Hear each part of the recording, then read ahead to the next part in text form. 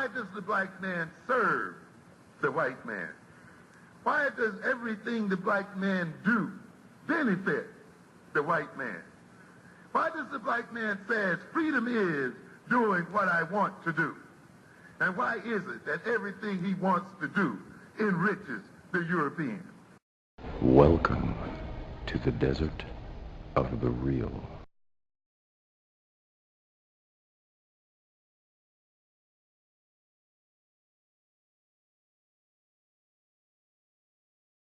You know, the premise of this show, you know, I kind of alluded to this. Me and Brother Holip kind of alluded to this last night. We've been trying to put this message out. We've been putting this message out of land infrastructure nationhood for a while now, and recently just went hard body with the Blog Talk radio shows and the YouTube clips. And, you know, for every action has an equal reaction. For every action has a response. So what we're seeing now is the blitzkrieg, the freaking Third Reich blitzkrieg of Nation Within a Nation videos, podcasts, articles, books. I can't believe it. I can't believe it. What is wrong with y'all? I mean, if it wasn't so serious, I would be laughing. The number of Nation Within a Nation shows is boggling my mind. Where were y'all all this time? That's what I want to know. But on a personal note, let's forget the topic for a second. Where y'all been all this time? Where you Nation Within a Nation cast been all this time? That you now decide to come out because we got our message out. I want you to come on the show one day and you got to explain this to me. I don't want to hear nothing else you say but where you've been hiding all this time, because it is a lot of you guys. And to me, it's just you guys are like ants and roaches. Where y'all come from? But either way, brothers and sisters, there's so many of y'all, it's not even funny. And the fact of the matter is that, in my opinion, you guys are not going to evolve. And you know why you're not going to evolve? You're not going to evolve because you got the wrong teachers. You are following the wrong people when you're, in 2016, after all you've seen, the only response you have to all of this stuff that we've been going through is to create and build a nation within a nation. You are bugging. You really are. And you will never evolve. You are the kind of people who are stuck in a time frame such as 1920, 30, 40, 50, or 60, maybe even 70. And you're never going to evolve. And I don't understand why you can't, because from my studies of all of your teachers as well as mine, there was always room for evolution. Why are you taking evolution out of it? I don't understand it. So that leads me into my first segment, brothers and sisters. You know, I often like to use electricity and electron theory to explain and illustrate what I'm talking about. It sort of gives a sciencey way of looking at things. And I don't want you to just think it's Big Daddy's opinion and this, that, and the next thing. No, I want you to be able to see it from a lot of different angles. Now, mind you, brothers and sisters, I am not a guy who studies electricity and I don't touch it. I work on it every single day. Every single day I'm solving electrical problems, electronic problems. So don't even try that with me. And, yes, I do have credentials. I have licenses and all that stuff. So don't try it, yo. Don't try it. So anyway, either way, you know, when you get down to it, you know, when you plug in your power cord, sometimes you will plug in a three-prong cord from whatever device that you have. And understand, whether it's your clock, whether it's your pencil sharpener, sometimes your charger or whatever, anything that you plug in has a mini transformer in it, because the voltage that is going through your socket is 120 volts AC. And none of your electronics like AC, and I mean none of them. They hate AC. So therefore, the fact of the matter, I mean, that's the most non-scientific way I could explain it. So the fact of the matter is, within your device, there's either some diodes or a transformer, and it's going to stop, because AC means alternating current, so positive and negative is switching constantly at 60 cycles per second, okay? 60 cycles a second. So it's 60 times a second. That positive and negative polarity of the voltage is switching, okay? So either way, what happens is when you plug in a transformer, though, a transformer is going to take 120 volts AC down to anywhere from 24 to 16, and sometimes 12 volts AC, sometimes even all the way, DC, sometimes all the way down to somewhere around, somewhere around 6 volts. No, I'm sorry, let me back it up. It doesn't switch it to DC, it keeps it as AC. What makes it DC is a full bridge rectifier. Rectifier, if you have half bridge rectifier, it will only basically convert half of it, maybe just the positive leg or the negative leg. When you have a full bridge rectifier, then it gets both legs. It gets the positive and the negative leg. But unfortunately, if you're passing one side to the other side, then double current comes through, so you have to put a capacitor. Anyway, either way. So, brothers and sisters, what happens is this. Transformers are built on a theory that says that current lags the voltage. So, in other words, basically, current, it's like looking at, and I called my dad before I came on here, and basically my dad was talking about, or tried to explain it with basically plumbing theory, because you need the pressure before you need the movement. So when you open up your faucet, the first thing you get is you're going to get the pressure that pushes the water out, but then as the water begins to collect in the pipes, then you have the movement. Understand? It's the same thing with voltage. Electrons are pushed out of a source first, which is EMF and electromotive, and then you have current, which is the movement of electrons. So either way, you stick one coil that may have 12 turns on it, and then you stick another coil, and that's connected to the AC that comes out of your socket. Then you stick another coil, and that coil may have 6 turns. So what's going to happen is that it's not going to move at the same level of cycles. It will step down the voltage, okay? So that secondary coil may not be in touch with the first coil, but electricity is a magnetism. As magnetism is electricity, they're basically symbiotic. So whenever you have electricity, you have magnetism, and whenever you have magnetism, you have a certain amount of electricity.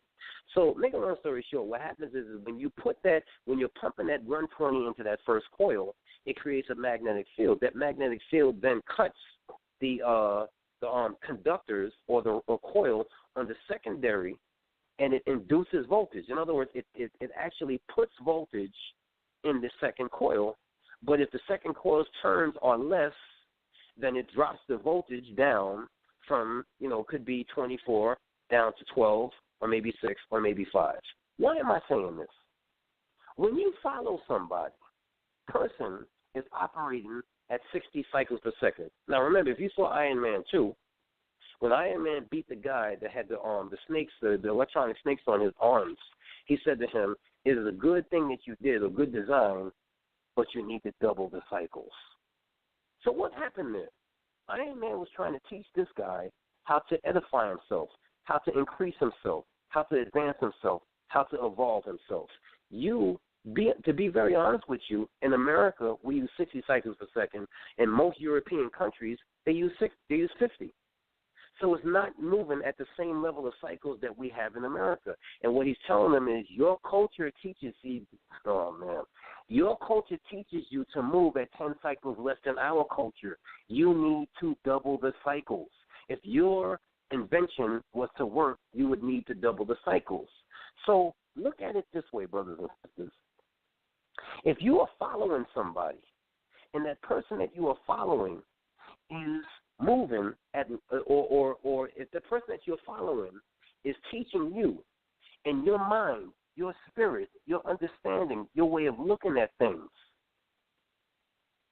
because you're in proximity with that person, it begins to be much less than it used to be.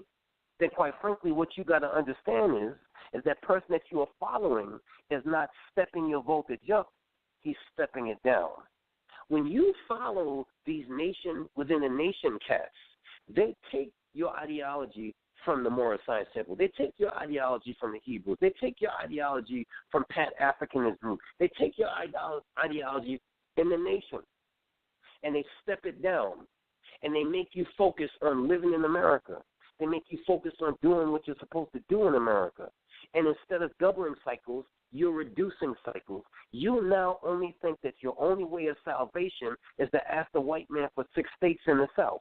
You now think that your only way of salvation is to go to the UN and sue for sovereignty. You now think that all you have to do is spend $400, $500, $600, $700 on some damn paperwork, and you're going to have nationality in America, but you are never going to have freedom, justice, and equality, because to have that, you need land, infrastructure, and nationhood. And when you are begging your enemy for land and you're begging your enemy for nationhood and you never control infrastructure, they are reducing by 30%, 50%, sometimes 60% your cycles. Why the hell don't you understand that? The men and women that you're following are dumbing you down. They're not stepping you up. When you join the BAIO, you join the main group that we have. We instantly recommend you to the other groups that we have. We have a homeland group, we have a national group, and we have a STEM society group. And in the STEM society group, we're telling you that to be a part of the BAIO, you're going to have to expand your mind. You're going to have to expand your understanding of life, because you need to come into the 21st century. And when you come into the 21st century, what you're going to realize is, like we said yesterday, Africa is not some wasteland, some radioactive mud spot on the planet that it has no meaning, and everybody's coming over here from there because it has no worth and no value. Are you crazy? Are you crazy? Let me ask you something, brothers and sisters, or let me address these points one at a time. When a person says to you, why would you go to Africa? Because you have nothing to offer them. You may not have nothing to offer them, but I know I got something to offer them. You, if all you're doing is sweeping, you know what, I can't even say that. Even if you wake up every day, show up to a job, and you scrubbing the floor, and you wiping down tables, you got something to offer. But let's keep it 1,000, shall we? If you are in a high-level position and you are, like my dear sister said, you've been peer-reviewed and you are verified and you're damn good at what you do. And this is why, Brother Minister, that was part of BAIO, is to encourage black men and women to get skills. You are elite at what you do. I'll be damned if you don't have anything to offer Africa. You have a whole lot to offer Africa. They are waiting for you to come over there to teach them. But then the maxim comes again: watch who you follow. Because if your goal is to pimp people in America, then your goal would be to pimp people in Africa. And let me tell you something, brothers and sisters. It is not only lecture circuit people that's pimping black people. It is also people in science, technology, engineering, and mathematics. There are some very crooked, rotten, manipulative people out there. And what we're saying to you, number one, if a person comes to you with nation within a nation, they are trying to dumb you down. They are trying to reduce your cycles. Number two, and more importantly also, if a person who is in science, technology, engineering, and mathematics comes to you but only gives you a little bit of what they're trying to do, not a whole bunch of what they've learned, and doesn't want to step you through it, doesn't want to put you through the right courses, tells you that all you have to do is these 3 things and you will be straight, then you already know that these are crooked people. And like I said before, but I must say it again because I think y'all don't hear me. I, as a security professional, I have to study criminals and criminal behavior. No, I have not been in school for criminal justice, but I have read enough books and I have spent enough time trying to stop criminals in order to know criminal behavior. Let me tell you something, brothers and sisters. When you're a locksmith, you got to know criminal behavior. Your whole goal as a locksmith is to stop a criminal from forcibly entering somebody's house. So you have to think like he thinks and ask yourself, how would he try to get in here? That's criminal psychology right there. And then when you go to the electronic level and you get into video surveillance, which is what I'm good at, you have to now figure out how to position a camera in such fashion, number one, that it catches somebody either stealing or committing some kind of violence. But you know what you also have to think about? You have to think about putting it in a place that they don't rip it down. So, yes, I know about criminal behavior. And let me tell you something. What I know is that there is criminals on the street and there's innocent people in jail. There's criminals on the street and there are kosher, savory people that's in jail. I'm not saying everybody's in jail is savory. I'm not saying everybody on the street is criminal. But you do the math. There's politicians that are robbing you and destroying families and sending your families to death every year, and they never spent a day in jail. Then there's people who may have made a mistake or two and got Rockefeller law sentences, and they doing 2 lifetimes, and they just made mistakes. So that should tell you that there are people who are criminals that are in jail, on the streets, and people who are savory that's in jail, and if the two were reversed, you would see what time it is. So don't be looking at everybody and look at them use a stereotypical profile. This is why, anyway, I gotta close this segment out, but this is why I love Holip's crusade against culture critics, because culture critics basically look at you and they profile you according to redneck, tobacco chewing Republican radio, and they basically come up with a profile of you according to that. So in other words, if you don't have any tattoos, if you don't have any cornrows, if you don't have any twist in your hair, then you must not be a criminal. But man, brothers and sisters, there's people with a dark Caesar, no tattoos, and all the teeth in their mouth that are the biggest goddamn criminals every day. And I would say to you, do you think that Enron had people in it that had tattoos and cornrows? I would say not. But Enron was one of the biggest criminals in early 2000, right? So basically what I'm saying to you at the end of the day is this, brothers and sisters. Current lags voltage. And basically, in current lag and voltage, you will always lag people who may be smarter than you or may have more knowledge than you. But at the same time, if their transformer theory is not doubling your cycles and tripling your cycles, but actually reducing them and significantly making them wane, then you have chosen to follow somebody that is not good for you, but more importantly, not good for the future of your children and the future of our nation, and you need to get rid of them. We'll be back.